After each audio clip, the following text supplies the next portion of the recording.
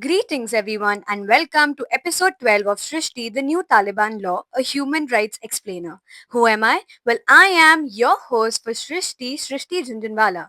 In 2026, Afghanistan permits a new law that a wife can be punished under certain conditions. The governing authority, the Taliban, has implemented penal provisions stating that physical discipline within marriage is permitted, provided it does not cause broken bones or visible external injuries. This means violence is regulated by threshold and not by certain conditions or circumstances. If a woman seeks legal protection, she must demonstrate visible injury. She is required to appear in court fully covered and in many cases accompanied by a male guardian.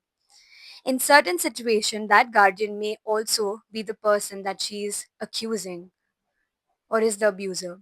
Human rights observer warned that these procedural requirements create structural barrier to justice altogether, and it stands against the entire framework. Under international law, human rights standard states are expected to prevent, investigate, and punish domestic violence. Violence against women is globally recognized as a violation of fundamental rights, including the right to security, dignity, and equality before the law. When a legal system defines acceptable levels of physical harm within marriage, it raises serious concerns about protection and accountability. This provision does not stand alone. It exists alongside bans on girls' education beyond grade 6, restriction on university attendance, limits on women's employment, and mobility rules requiring male guardians for travel. Together, these measures reduce women's participation in public life and concentrate authority within male guardianship structure.